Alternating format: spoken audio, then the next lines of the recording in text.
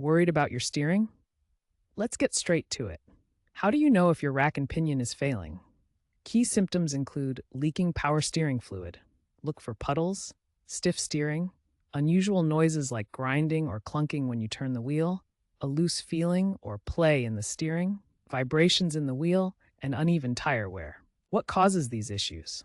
Common culprits are wear and tear from normal use, low or contaminated power steering fluid, impact damage from accidents or potholes, and rarely manufacturing defects or corrosion. Spotting these signs early can prevent more serious problems down the road.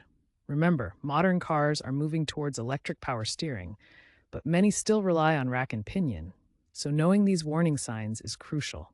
Suspect a rack and pinion issue? Start with diagnosis. Jack up the car safely and check for fluid leaks under the vehicle. Then, wiggle the steering wheel to check for excessive play. More than 1/4 inch indicates a problem. Modern cars can also display OBD2 codes for steering issues. For repair options, minor leaks can use seal kits costing $50 to $200.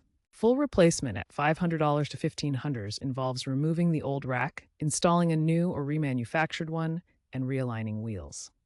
Note that EPS repairs often need specialized tools. DIY basics are fine, but alignment and installation are best left to professionals for safety.